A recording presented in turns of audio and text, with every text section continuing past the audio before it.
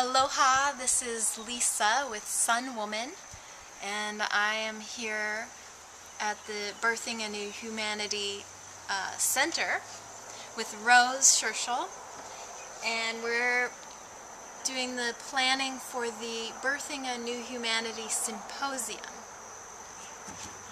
Rose, will you tell us a little bit about what the symposium is about? The symposium is about each one of us recognizing who we are as humans today. So it's about beginning to understand that our own intuitive wisdom is our guides. It is our guru. It's not something outside of ourselves. So we are really beginning to allow each person, and this came out of really recognizing that sacred birthing is about empowering women to recognize that their own birth, whether that be a birth of a new baby or a birth of a project or a birth of themselves as who they are today and not who they have been. So it's opening that up. And doesn't this go a little bit deeper into, I think I was reading something on the website about birthing a new humanity and what that really means? Well, I think there's different definitions of birthing a new humanity, but if I, talk about mine, because my bias is coming through this, and so I'm working on this project, is that it's really about each of us recognizing that our own energy forces within ourselves are changing.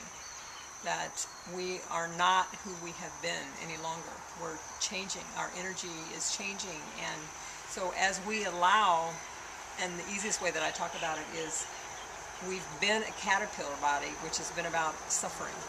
And to me, we're really shifting and changing to a butterfly body, which is that we can all fly.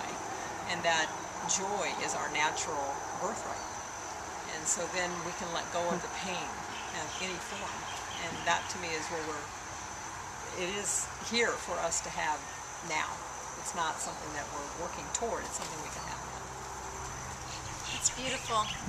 And as we were speaking today in preparation for what's going to happen here in about a week and a half, I think what the symposium is about holding space for people to really tap into that, it sounds like. Absolutely. Where is it within us? What part is it that needs to be birthed? Yeah. And where are those wings coming from, kind of a thing. Yeah, well, recognizing that you have wings. Yes. I think that a lot of us have felt like that's something that's not us. It's not me. So it's something someone else can have, but it's not me. So for each one of us to really recognize that. So the symposium is, the 3 days is really about each person communicating with themselves and with nature and with animals and the whole cosmos, and recognizing that that's life and that we can all be a part of that now. So it is allowing each one of us to bring that forward. So going out in nature to the sacred sites of Hawaii, going to nature places, the waterfalls, the ocean, allowing all of that to communicate with us, recognizing that, oh my gosh, I get signals every day. I get messages every day that are directed to me, and that I can begin to honor them and let them come through me instead of looking for a book with directions.